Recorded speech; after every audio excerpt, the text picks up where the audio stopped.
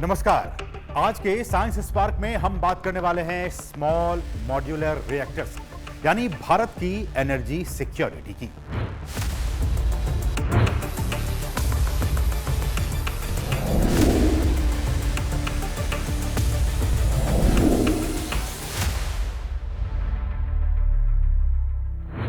देखिए, भारत को 2047 तक एक डेवलप्ड कंट्री बनना है और डेवलप्ड कंट्री बनने के लिए हमें बहुत सारे डेवलपमेंट के काम करने हैं और इन तमाम कामों को करने के लिए हमें चाहिए बहुत भारी अमाउंट में एनर्जी।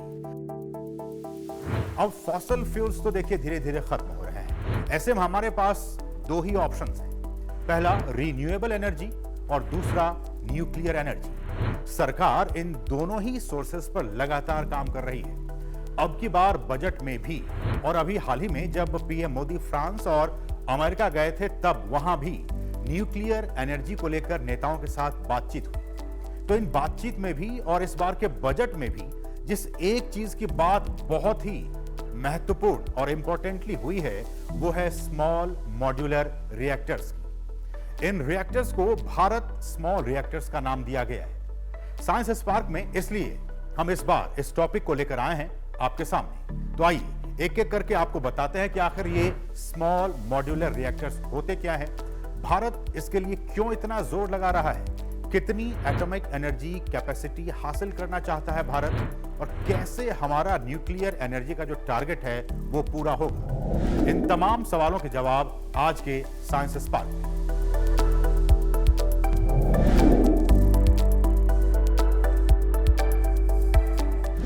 देखिए, हमारे देश में बिजली का 5th लार्जेस्ट सोर्स अगर कोई है तो वो है न्यूक्लियर एनर्जी यानी परमाणु ऊर्जा। और ये देश के कुल इलेक्ट्रिसिटी प्रोडक्शन में करीब करीब 2 से 3% का योगदान देता है। एक तो ये ग्रीन हाउस गैसेस का एमिशन नहीं करता है और दूसरा ये रेगुलर इलेक्ट्रिसिटी की सप्लाई भी करता रहता है।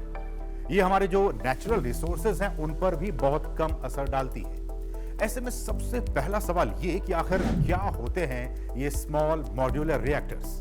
तो जैसा कि इसके नाम से ही स्पष्ट है, स्मॉल यानी इस तरह के रिएक्टर बड़े बड़े परमाणु ऊर्जा रिएक्टर्स की तुलना में बहुत ही छोटे होते हैं। मॉड्यूलर यानी इसके सिस्टम और कंपोनेंट्स को फैक्ट्री में असेंबल करना और एक जगह से दूसरी जगह पर ले जाना काफी आसान होता है। और रिएक्टर यानी एनर्जी प्रोड्यूस करने के लिए जिस हीट की जरूरत होती है उसे जनरेट करने के लिए परमाणु विखंडन यानी न्यूक्लियर फिजन का उपयोग करना।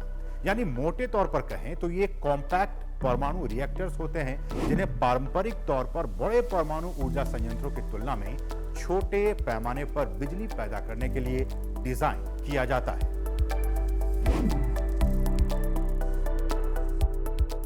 स्मॉल मॉड्यूलर रिएक्टर होते हैं जो 10 मेगावाट से लेकर के 300 मेगावाट तक की एनर्जी जनरेट करते हैं। और ये स्मॉल इसलिए बोला जाता है क्योंकि ये छोटे हैं और ये बनाए जा सकते हैं आसानी से फैक्ट्री में और इनको लगाने की लागत काफ़ी कम है। स्मॉल मॉड्यूलर रिएक्टर के एडवांटेज काफ़ी हैं। सबसे पहला एडवांटेज तो ये है कि इसकी लागत कम है। दूसरा, इसको बनाने के लिए फैक्ट्री में बन सकते हैं, इनको ट्रांसपोर्ट किया जा सकता है और आसानी से फिट किया जा सकता है।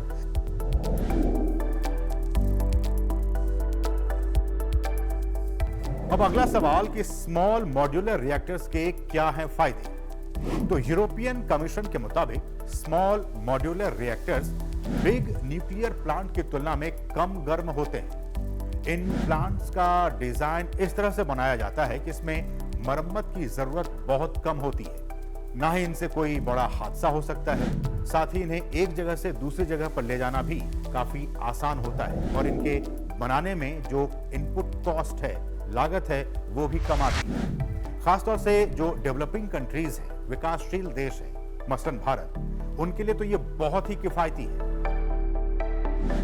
बिग न्यूक्लियर रिएक्टर्स को कूल रखना यानी ठंडा रखना आसान काम नहीं होता है। अगर उसे ठंडा रखने वाला सिस्टम खराब हो जाए तो रिएक्टर की पूरी जो प्रोसेस है वो रुक जाती है।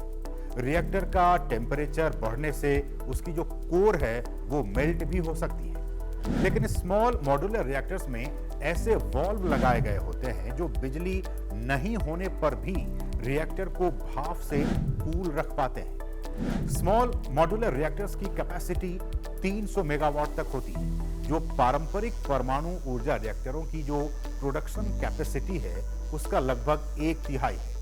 और आप यकीन मानिए कि हर रोज ये जो स्मॉल रिएक्टर्स होते हैं वो 7.2 मिलियन किलोवाट आवर्स बिजली पैदा कर सकते हैं। स्मॉल मॉड्यूलर रिएक्टर्स को 40 से 60 वर्षों तक ऑपरेट करने के लिए डिजाइन किया जाता है, 40 से 60 वर्षों तक के लिए। और जैसा कि आप जानते होंगे कि साल 2050 तक, क्योंकि भारत एक डेवलपिंग कंट्रीज है, तो देश में भारत में इलेक्ट्रिसिटी की जो मांग है, जो डिमांड है, वो 80 से 150% तक बढ़ने का अनुमान है। ऐसे में स्मॉल मॉड्यूलर रिएक्टर्स एक रिलायबल सोर्स ऑफ एनर्जी का काम कर सकते हैं। 2047 का हमारा लक्ष्य है कि 30% हमारी एनर्जी के रिक्वायरमेंट आएंगी रिन्यूएबल एनर्जी से, ग्रीन एनर्जी से। उस टारगेट को मीट करने के लिए, उस लक्ष्य को मीट करने के लिए भारत में भारत स्मॉल रिएक्टर्स BSR का एक नया लगाया गया है इस बजट में। और इस बजट में इसका एलोकेशन भी है 20,000 करोड़ का। इसमें nuclear power corporation of India limited और प्राइवेट सेक्टर के साथ मिल करके इसको किया जाएगा।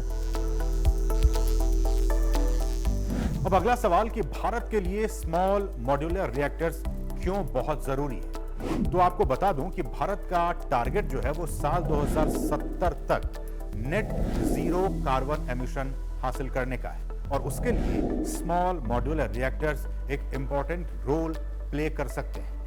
क्योंकि कोयले से चलने वाले थर्मल पावर प्लांट और रिन्यूएबल एनर्जी सोर्सेज अभी अपने देश में एनर्जी मिक्सचर, जो एनर्जी का बास्केट है, उसमें इंपॉर्टेंट रोल प्ले कर रहे हैं इस वक्त। ऐसे में small modular reactors energy security को बढ़ाने में हमारी बहुत मदद, हमारी बहुत हेल्प कर सकते हैं। और सरकार को भी उम्मीद है कि 2033 तक कम से कम 5 स्वदेशी रूप से विकसित, देश में ही निर्मित छोटे मॉड्यूलर रिएक्टर चालू हो जाएंगे।